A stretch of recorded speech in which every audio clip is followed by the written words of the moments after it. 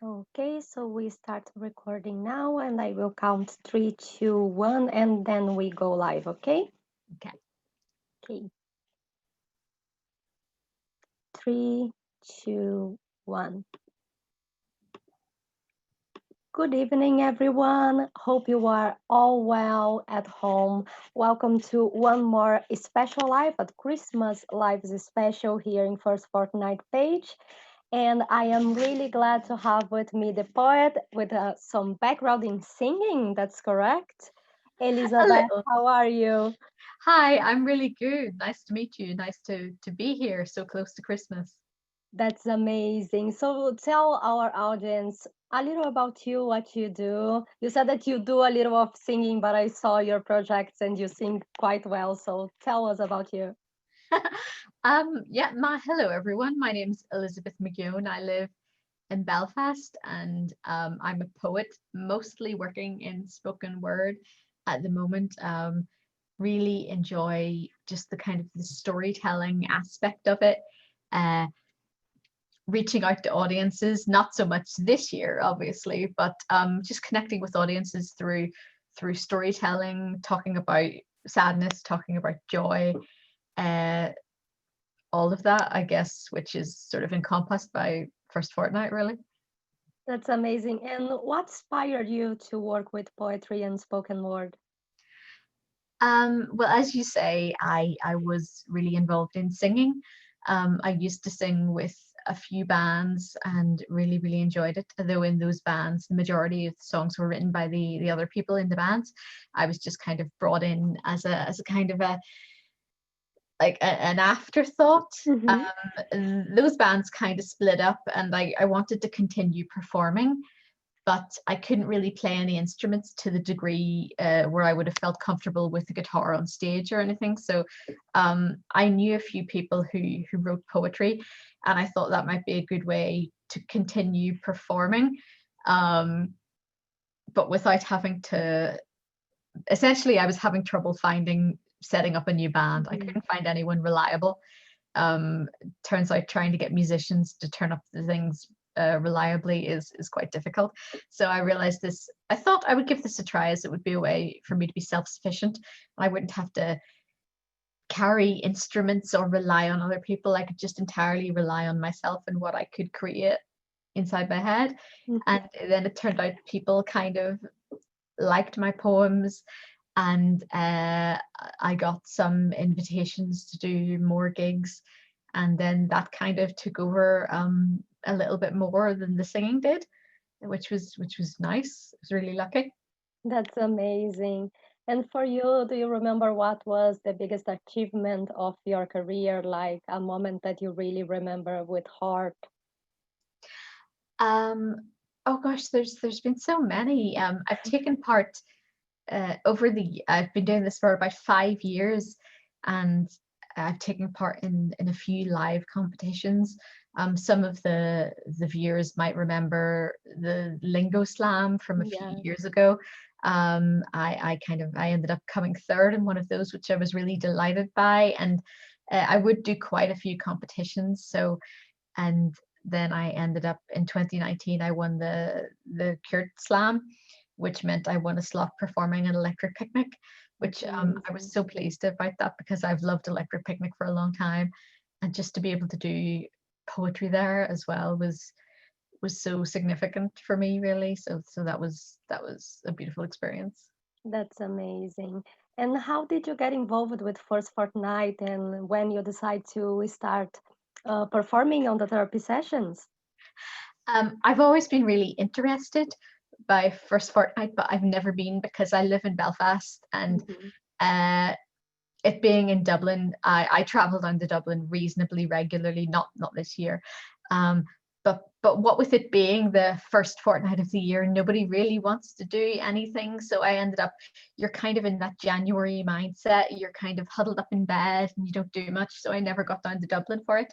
But a few months ago, Stephen James Smith, who Mhm. is curating the therapy sessions, got in touch with me online and asked me if I would like to take part in a Belfast event. At that stage, we weren't sure whether it was going to be live with an audience or a pre-record, but I said either way, I was totally happy to be included.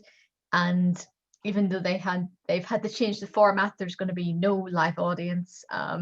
But I'm still very much involved, and they've got the Duncairn Centre on the Antrim Road involved as well. So they are providing the socially distanced filming, the backdrop, everything. So being filmed in such a beautiful, it's a converted church, so such beautiful surroundings. Wow.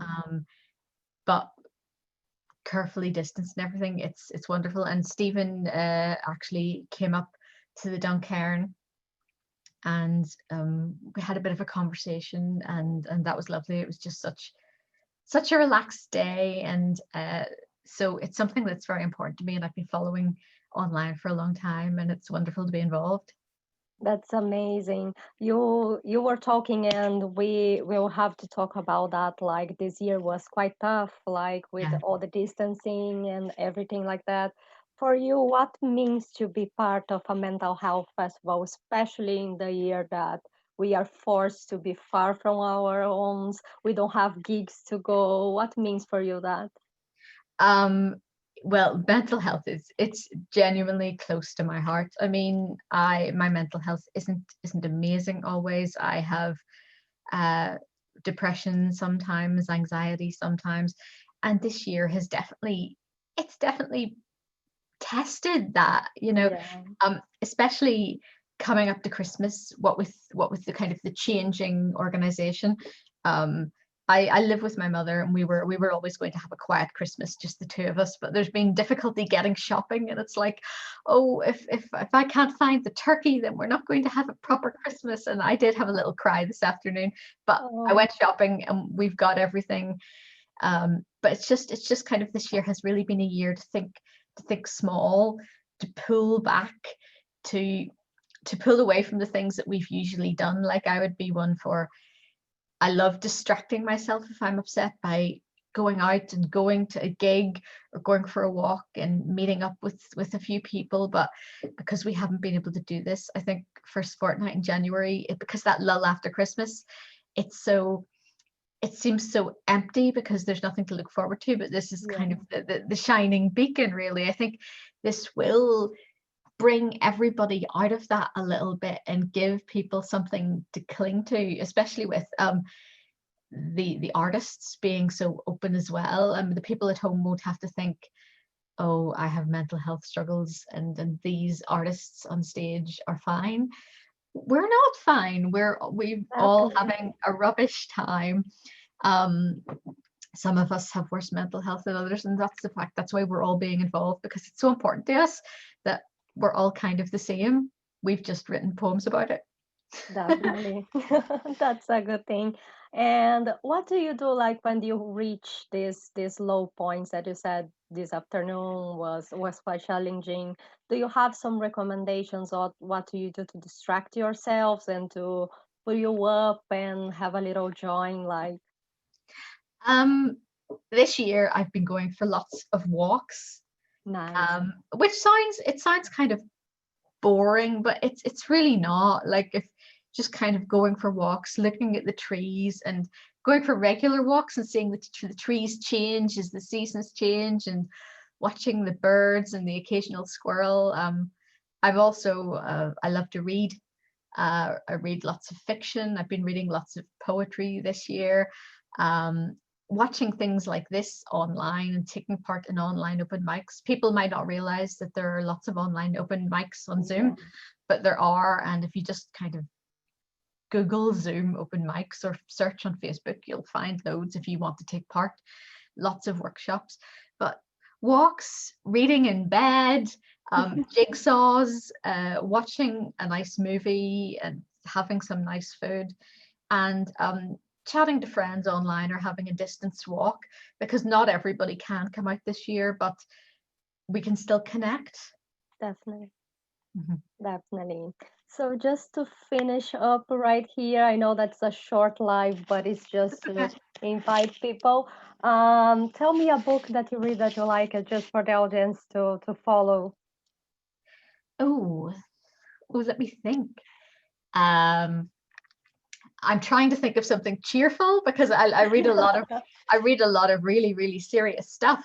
But what I'm actually reading at the moment, it's a book that's equal parts funny and serious. It's by Adam Kay, and he has two books. One is called This Is Going to Hurt, and the other one's called The Night Shift Before Christmas. And he's a comedian, but talking about his time as a doctor when he used to work in hospitals, and just all the kind of the funny disasters that happened. Not everything is funny. There's some quite serious stuff there too. Obviously, people dealing with grief and death. But then there's also just really, really wacky accents that people have. And I'm not a laugh out louder, but parts of those books have made me laugh out loud. And because there's one that's especially geared to him working in the NHS at Christmas, that can be my Christmas week reading recommendation. That's amazing. Many thanks, Elizabeth. It was amazing. Thank you so And much. I invite everyone on the 9th of January. The Belfast therapy sessions will be online. You don't need to be in Belfast, you need to be everywhere. So just get your ticket in the firstfortnight.ie and keep following the social media of the First Fortnight to see the other lives and to see the other amazing artists that are coming this year to the festival. Many thanks, Elizabeth. Have a nice Christmas, a Merry Christmas, and a wonderful New Year's Eve. Thank you. Bye-bye, guys. See you everyone in a bit.